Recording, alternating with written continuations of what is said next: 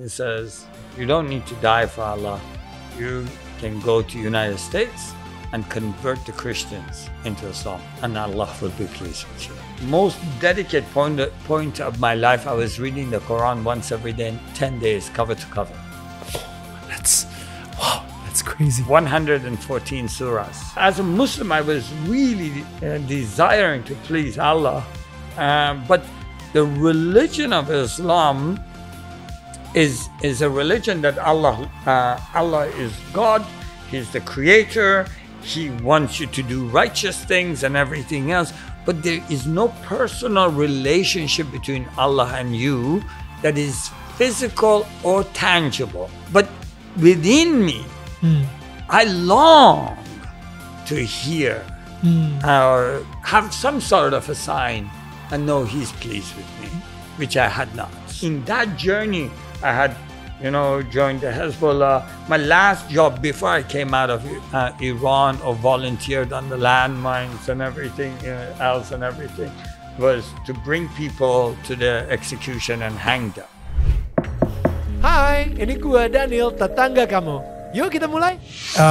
So in the end, when you have that stance now, you and in Iran, I spoke to Ramin. In every school in Iran, you have the American flag and the Israel flag.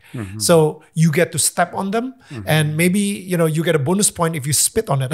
Yeah. That's how you brainwash the kids, even since the beginning, because you put them in schools. So you grew up with that. You want to fight the infidels, so-called infidels, and you want to serve God, and then how did you end up in Hezbollah again? Yeah. So I can tell from Ramin that he was a little bit younger than me. I can now see my own age because by the time they put flags on the schools and everything else was much later. Actually, but we did hate, okay. So that's a little bit later. But so. At some point, I, in my own personal journey, wanted to pray, and I prayed and I fasted and everything, but I never felt Allah is satisfied. I didn't know if He is or not. And I wanted to be sure that He is satisfied with me. So I just kept going further. At age 12 and a half, I volunteered to join the Basij, which is Hezbollah and Iran. So 12 and a half? Yeah. Oh, wow. And so they ask you to control women covering their hair and all these kind of things, making sure everyone keeps the rules and everything. And so that's what I did till 14 and a bit, 14 and a half. And then I felt still not enough. And we were part of this, those people that, when Mahsa Amini, there were group of people that were beating people and all this. I was part of that group. The police, the religious police, right? Correct. The religious police.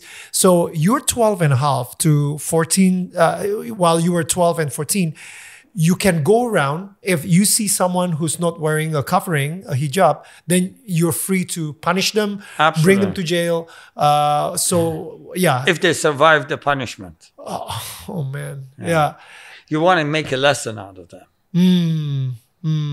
Wow. Because Amr bil Ma'ruf and Nahya as Munkar. So you teach them to do the good things, and you try to cause them not to go the wrong path. And that is done through fear and force. We were young, but also, zealous. Yeah. So we hit people and, all this kind of thing. So, wow. But I didn't feel personally still satisfied. I didn't feel God is satisfied. I didn't know. So at age 14 and a half, I volunteered to walk on landmines.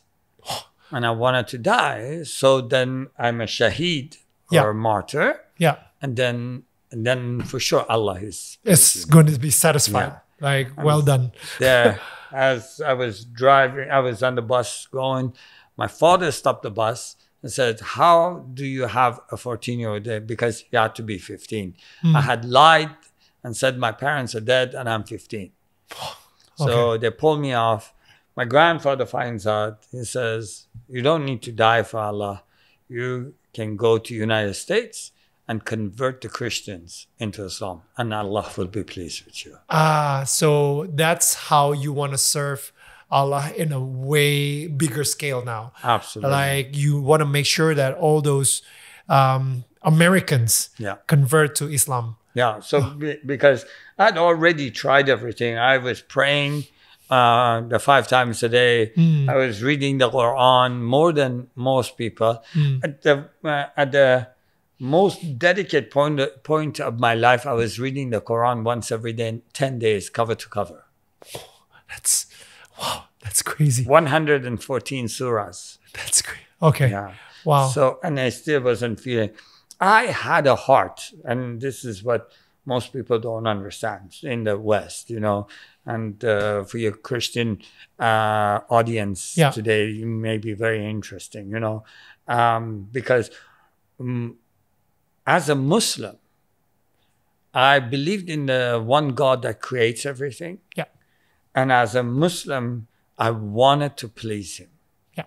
I wanted to give him all my life. Of course. There is something within every human being, if we are to listen to it, that we know that there is a higher being or a higher purpose.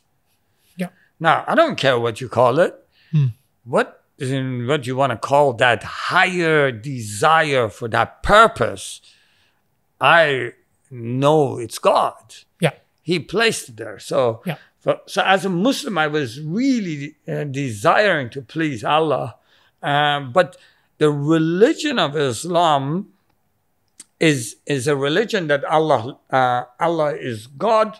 He's the creator. He wants you to do righteous things and everything else. But there is no personal relationship between Allah and you that is physical or tangible. Not that there isn't. You pray, he hears you and everything else. He sees your action. He knows your heart, all of that. But there isn't like, oh, he comes and speaks to you. Because the Quran says, who are we that Allah would speak to us? So these kind of things. But within me, I long to hear or have some sort of a sign and know he's pleased with me, which I had not. So at a time, that in that journey, I had, you know, joined the Hezbollah. My last job before I came out of Iran or volunteered on the landmines and everything else and everything was to bring people to the execution and hang them. No, when you were 14 years old. 15 by then. 15 years old, and you bring someone and we put a rope around them and you pull them. Yeah, pull them up. Why? Is it because they go the against... government said they are infidels, so we didn't You don't even know. Okay. No. Wow, that is... So it was, but I was on that path of wanting to please Allah. But I'm willing to die for you. I'm willing to kill for you. To kill as well. Yeah. Okay. Wow. فَقُتُلُوا فِي سَبِيلِ اللَّهِ. Kill, murder for the sake of Allah. It's written in the Quran.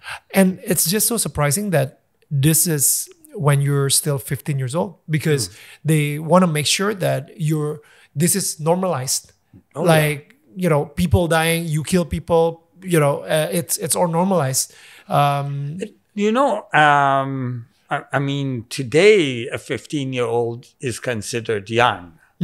But in the cultures, all of it, you know, at the age of puberty, you were considered a man. Yeah, true. So, I mean, people used to marry. I mean, today, you know, you got a 40-year-old that sits, you know, man that plays games. But I assure you, you would have shown your grandfather such a thing. You know, your grandfather would have had a heart attack or beat the guy and back to senses, you know. On the path to United States in Malaysia, I got arrested because of the illegal passport. Yeah, and then I ended up in jail. And during this time, when I'm doing that, I have an encounter with a spirit, a demonic spirit, that comes into a room as I'm meditating in the Quran, and I'm like, no problem. Allahu Akbar. Allah is great, and I'm gonna you know, say the name of Allah and he's going to run away. He'll go, and didn't. It didn't came closer. And the moment I said, God help me, I said it in Farsi, Khuda, the Alpha, you know. So, and the moment I said that, I heard a voice, an audible voice, like you hear my voice. And the voice said, bring the name of Jesus.